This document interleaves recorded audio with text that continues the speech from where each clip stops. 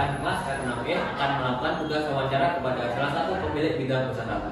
Sebelum itu, mari kita memperkenalkan anggota kelompok kami. Dengan saya Farhan Febrian Sumiasa, kemudian Saya Thomas Fernanda Pratama. Saya Abdurrahman Rabbani.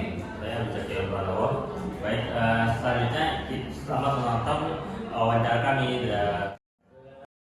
Oke, baik. Assalamualaikum warahmatullahi wabarakatuh. Selamat pagi, salam sejahtera untuk kita semua. Pada kesempatan kali ini, kami akan melakukan wawancara dengan salah satu usaha di bidang pendidikan dan perjalanan edukatif, yaitu Edutur Bistudek.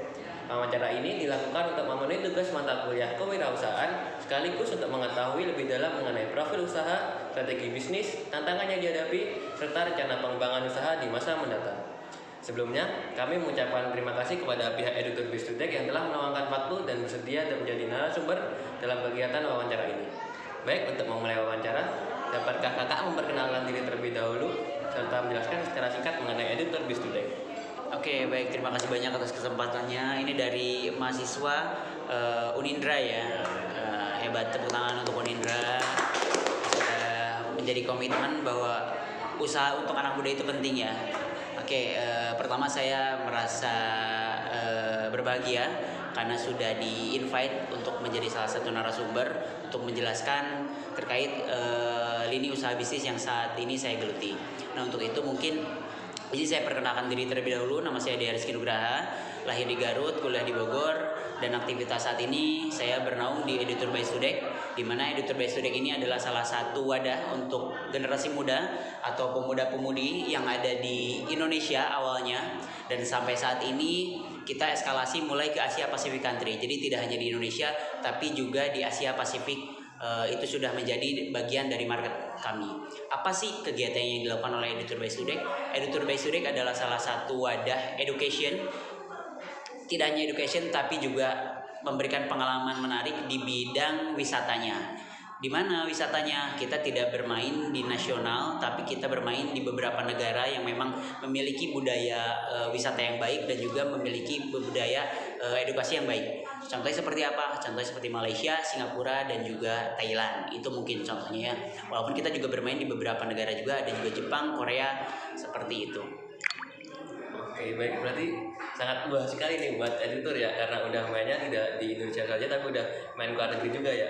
Ya, kebetulan memang kita mencari market yang lebih luas, karena memang Edutur by Studek ini lahir dari keresahan para pemuda-pemudi di Indonesia. Saya melihat bahwa adanya satu peluang untuk pengembangan pendidikan, dan tidak hanya pendidikan, kita kemas dengan wisata yang berimpact, sehingga kita memiliki slogan yang namanya Go Abroad with Meaningful Purpose. Jadi ketika kita nanti ke luar negeri, teman-teman dari Indonesia itu membawa misi tidak hanya jalan-jalan, tapi punya tujuan lebih di bidang akademiknya, sehingga nanti itu bisa membuka wawasan mereka untuk bisa lebih bersaing di dunia global. Sangat menarik sekali nih. Nah, oleh sebab itu mari kita coba analisis untuk SWOT dari bidang bisnis Edutur Bistudek. Yang pertama mungkin kita bisa analisis untuk bagian strength atau kekuatannya. Menurut Kak Dea, apa keunggulan utama Edutur Bistudek dibandingkan dengan kompetitor yang lain? Nah, oke, baik, menarik Mas Farhan. Kalau ini Mas siapa? Mas Abid. Mas Abid, oke, Mas Farhan dan Mas Abid.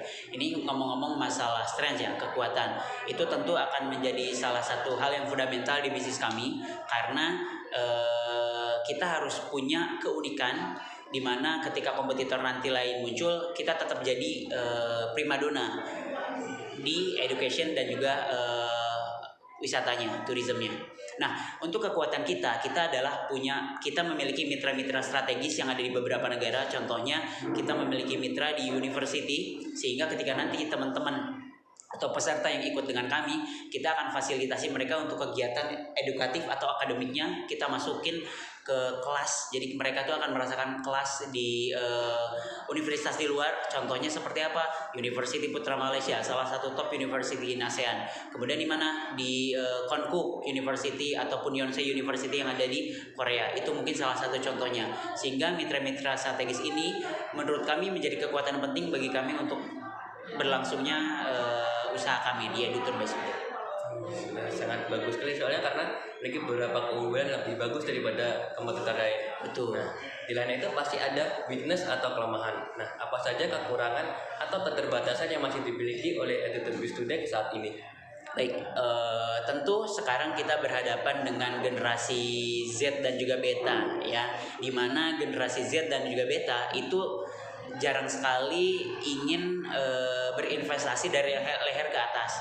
That's why mungkin ini akan menjadi challenge kami supaya kita bisa membuat mereka tuh sadar betul bahwa kita harus bersaing di global. Kita nggak boleh hanya berdiam diri di nasional saja. Kita harus belajar keluar, melihat peluang-peluang lain. Karena ketika kita bawa beberapa peserta ke luar negeri, khususnya dari Indonesia, itu mereka juga terbuka wawasannya. Oh, ternyata ada loh peluang kerja di sini. Oh, ternyata ada loh kita bisa bangun usaha seperti ini, A, B, dan C. Itu yang menurut kami menjadi kelemahan.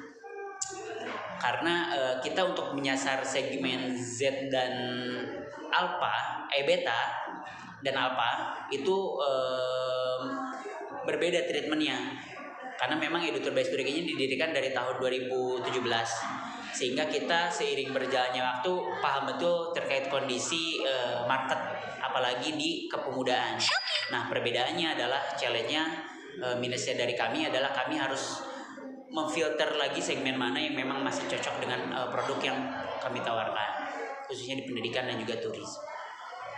Oke. Walaupun begitu, walaupun ada weakness, pasti ada celah-celah atau peluang yang mungkin bisa dimanfaatkan. Nah, untuk itu pada bagian opportunity atau peluang pasar apa yang saat ini sedang dilihat oleh Edutur by Studik? Menarik. Jadi Edutur by Studik kalau misalkan dilihat dari weakness-nya tadi atau kelemahannya tadi, kita akhirnya memilih untuk mengembangkan scale up bisnisnya. Jadi yang tadinya hanya pendidikan dan wisata, kita akan buat lagi turunan yang lebih penting. Apa? Kita mulai masuk ke beberapa instansi penting pemerintahan. Karena memang sekarang itu instansi pemerintahan membutuhkan beberapa akreditasi. Kalau di universitas itu mungkin ada yang akreditasinya masih B, masih C.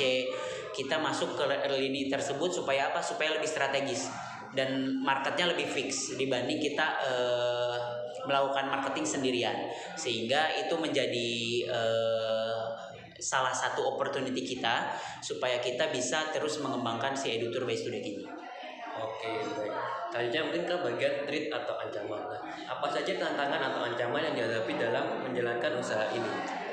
Baik, ancaman yang pertama karena kita membawa banyak pemuda-pemudi ke suatu negara, itu akan berpengaruh kepada insuran perjalanan. Kita tidak tahu nanti di perjalanan seperti apa. Klausul kalau misalkan nanti si anak-anak itu nanti misalkan ada yang cedera di jalan, itu kan menjadi salah satu hambatan ya yang akan kita alami. Adapun seperti itu kita akan terus kembangkan dan kita akan terus upgrade, sehingga untuk hal-hal yang membuat kita terjatuh atau membuat penghalang atau apa ya bahasanya, kalau bahasa anak sekarang tuh obstacle-nya ya, supaya kita bisa mampu melompati obstacle yang ada, ya kita harus adaptifnya dengan apa ya tadi, kalau misalkan memang si peserta ini membutuhkan insuran dan kitanya aman, ya berarti kita harus belikan insuran. Jangan sampai kita memberangkatkan orang ke sana tanpa ada insuran sama sekali, itu salah satunya. Yang kedua adalah di market. Sekarang banyak sekali market yang bergerak di bidang pendidikan dan juga wisata. Nah, kita harus memperkuat mitra-mitra strategis yang ada di luar negeri itu untuk terus bermitra dengan kita, sehingga peluang-peluang pasar yang ada itu akan selalu mengingat kita, karena memang kita punya mitra yang lebih strategis dibanding kompetitor lain. Itu sih, Pak. Oke, baik, terima kasih banyak kepada Kak Tia atas penjelasan dari analisis SWOT mengenai lini bisnisnya. Selanjutnya kan karena kita sekarang di era digital saat ini, mungkin kita akan mengenai pada pertanyaan ke digital pemasaran. Oke, Selanjutnya adalah kendala yang dihadapi. Kendala apa yang paling sering dihadapi dalam kegiatan pemasaran dan promosi? Baik, untuk kegiatan promosi ya, ini ngomongin digital marketing. Karena kita ada di Gen Z ini, kita juga harus melek akan tentang digital marketing. Nah, untuk digital marketing yang kita gunakan, kita tentu menggunakan platform sosial media, Instagram untuk ads, TikTok untuk engagement. Tapi kita tidak terlalu banyak di TikTok karena memang segmennya bukan di situ. Kita lebih sering ke Instagram dan juga Facebook, seperti itu untuk digital marketingnya. kita menggunakan ads dari Meta ataupun menggunakan media partner yang memang sudah berpartner dengan kami. Oke, baik. Cukup sekian pertanyaan dari saya, mungkin akan dilanjutkan oleh Kak Abid untuk pertanyaan selanjutnya. Siap, terima kasih Mas Oke, Farhan. boleh. Selanjutnya saya bertanya ya. Nah, boleh. Untuk strategi pemasaran apa yang saat ini diterapkan oleh Masnya? Gitu. Oke, baik. Untuk strategi pemasaran, kalau tadi yang digital marketing ya, digital marketing kita menggunakan platform Meta tadi. Kalau untuk strategi pemasaran lain, contohnya yang konvensional, itu kita masih menggunakan mouth to mouth, dari mulut ke mulut. Oh iya. Ya, jadi memang seiring berjalannya waktu, Eduter by Studek ini sudah berhasil mendapatkan beberapa mitra. Nah, mitra-mitra ini atau alumni-alumni kami yang memang sudah mengikuti program itu mereka sudah punya pengalaman ikut dengan kami, sehingga itu akan menjadi value lebih untuk mereka. Nah, mereka bisa mengkomunikasikan itu ke adik-adik kelasnya, ke universitasnya, sehingga itu akan menjadi market berulang untuk kami. Itu mungkin pemasaran yang konvensional pertama. Nah, yang kedua itu kita menyasar para sekolah dan universitas seperti itu. Karena kan tadi sudah saya sampaikan, kita melihat peluang bahwa universitas masih ada yang akreditasinya buruk. Nah, kita tawarkan untuk beberapa opsi supaya akreditasinya bisa baik dengan cara apa? Dengan cara membuat kerjasama luar negeri, memberangkatkan mahasiswa dan mahasiswinya untuk bekerja sama di luar negeri. Strategi sangat bagus banget ya. Alhamdulillah. Keren, Mas ya. Untuk ngomongin rencana ini Mas ya, untuk rencana yang target untuk akan dicapai di masa yang akan datang, yang masa dekat tuh gimana tuh? Oke, ada target terdekat. Target terdekat kami adalah kami ingin membuat satu platform tambahan di mana ini bisa menjadi platform untuk mengasah skill-skill anak muda. Jadi kita ingin punya namanya Global Talent. Jadi kita pengen suatu saat nanti atau dalam waktu dekat ini kita memiliki mitra strategis di luar negeri yang bisa mampu mengembangkan bakat-bakat para peserta yang kita bawa dari berbagai daerah ini, seperti itu. Berarti untuk kalau jangka panjangnya nih Mas, untuk apa visi dan perkembangan editor ini untuk beberapa tahun mendatang itu gimana? Kalau jangka panjangnya untuk Eduter by Studek ini tentu untuk scale up bisnisnya, model bisnis ini kan sangat rentan akan peserta ya atau partisipan. Jadi kita akan memilih yang lebih sustain. Jangka panjangnya mungkin someday kita akan membuat satu sekolah yang lebih sustain, sehingga sekolah itu akan kita memang cetak untuk program-program multinasional. Jadi nanti untuk kerjasama luar negeri, jadi kalau perusahaan luar negeri butuh sesuatu tinggal ke sekolah kita, karena kita sudah memiliki didikan unggul yang kita bangun sejak itu sih jangka panjang yang kita pengen. Keren banget tuh. Jangka panjangnya ya, semuanya keren ya. Untuk ini kan Mas, untuk pesan dan sarannya mahasiswa untuk memulai bisnis di bidang pendidikan wisata tuh gimana tuh? Oke, kalau untuk teman-teman Pak mahasiswa yang ingin bergerak di bidang pendidikan dan wisata, itu sangat saya anjurkan. Karena apa? Kita ada di era digital, di mana mungkin teman-teman sekalian juga sering banget ngelihat teman-temannya pada jalan-jalan. Mungkin orang-orang yang sering ke luar negeri itu, menurut teman-teman itu adalah satu privilege dan sebuah lambang atau simbol kesuksesan kan. Iya.